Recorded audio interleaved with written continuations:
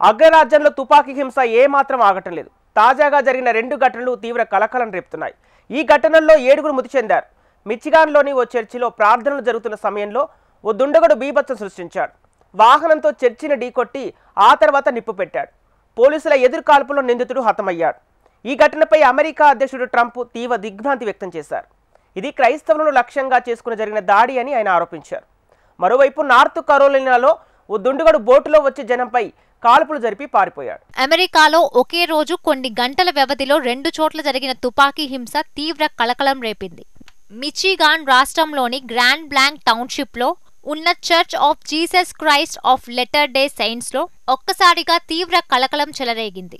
భక్తులు పెద్ద సంఖ్యలో ప్రార్థనల్లో ఉన్న సమయంలో 40 ఏళ్ల వ్యక్తి కారులో వచ్చాడు. కారుతోనే తలుపులు ఢీకొట్టి లోపలికి ప్రవేశించాడు. తర్వాత ప్రార్థన చేస్తున్న వారిపై విచక్షణ రహితంగా కాల్పులు జరిపాడు. ఆ తర్వాత చర్చికి నిప్పు పెట్టినట్లు తెలుస్తోంది. చర్చ్ మంటల్లో చిక్కుకుంది. ఈ సమయంలో చర్చ్లో వందల మంది ఉన్నారు.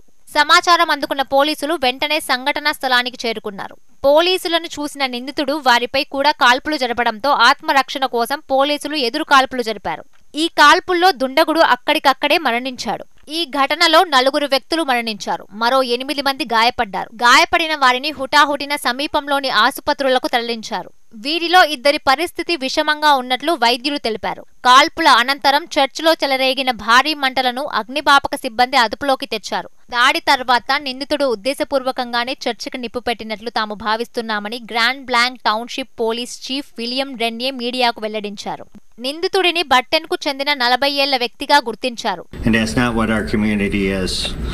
I'm confident that we're going to overcome this, as Grand Blanc always overcomes these type of incidents.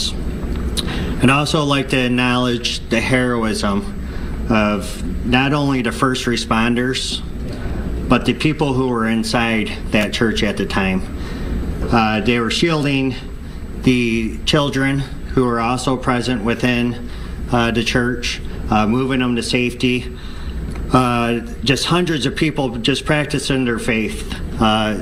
Just extreme courage, brave, and that's the type of community that we are. కాల్పులు ఆ తరువాత చెలరేగిన మంటల కారణంగా చర్చి భవనం ధ్వంసమైంది. ఈ ఘటన దేశవ్యాప్తంగా విషాదం నింపింది. మిచిగాన్ ఘటనపై అమెరికా అధ్యక్షుడు డొనాల్డ్ ట్రంప్ సోషల్ మీడియా ద్వారా దిగ్భ్రాంతి వ్యక్తం చేశారు. ఇది క్రైస్తవులపై జరిగిన దాడిగా ఆయన ఖండించారు.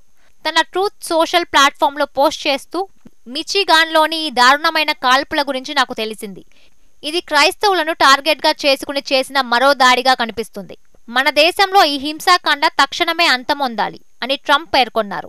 FBI వెంటనే రంగంలోకి దిగి స్థానిక అధికారులకు పూర్తి సహాయ సహకారాలు అందిస్తోందని తెలిపారు. మిచిగాన్లో జరిగిన ఈ దారుణ ఘటన అమెరికాలో తుపాకీ సంస్కృతిపై మరలా ప్రశ్నలు లేవనెత్తింది.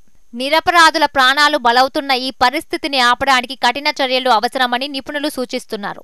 మిచిగాన్ గవర్నర్ గ్రెటెన్ విట్మర్ స్పందిస్తూ, గ్రాండ్ బ్లాంక్ సమాజం కోసం నా హృదయం ద్రవిస్తోంది. ప్రార్థనా స్థలంలో హింసను ఎట్టి పరిస్థితుల్లోనూ ఆమోదించలేం అని వేదికగా పేర్కొన్నారు. మరోవైపు విల్మింగ్టన్ కు సమీపంలోని సౌత్ పోర్ట్ యార్డ్ బేసిన్ ప్రాంతంలో ఉన్న అమెరికన్ ఫిష్ కంపెనీ అనే రెస్టారెంట్లో మరో దారుణం చోటు చేసుకుంది. రెస్టారెంట్ సమీపంలో బోటులో వచ్చిన వ్యక్తి ఒక్కసారిగా తుపాకీతో జనంపై కాల్పులు జరిపాడు. ఈ ఘటనలో 7గురికి బుల్లెట్ గాయాలయ్యాయి.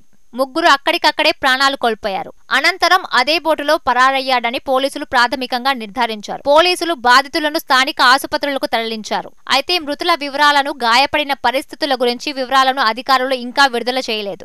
కాగా కాల్పులు జరిపినట్లు అనుమానిస్తున్న ఓ వ్యక్తిని అదుపులోకి తీసుకుని విచారిస్తున్నట్లు అధికారులు పేర్కొన్నారు. అమెరికాలో ఇలాంటి కాల్పుల ఘటనలు సర్వసాధారణంగా మారిపోయాయి. పాఠశాలలు, ప్రార్థనా మందిరాలు, పబ్లిక్ ప్రదేశాలు లక్ష్యాలుగా మారుతున్నాయి. తుపాకీ నియంత్రణపై కొత్త చర్చ మళ్లీ మొదలయ్యే అవకాశం ఉందని విశ్లేషకులు అంటున్నారు.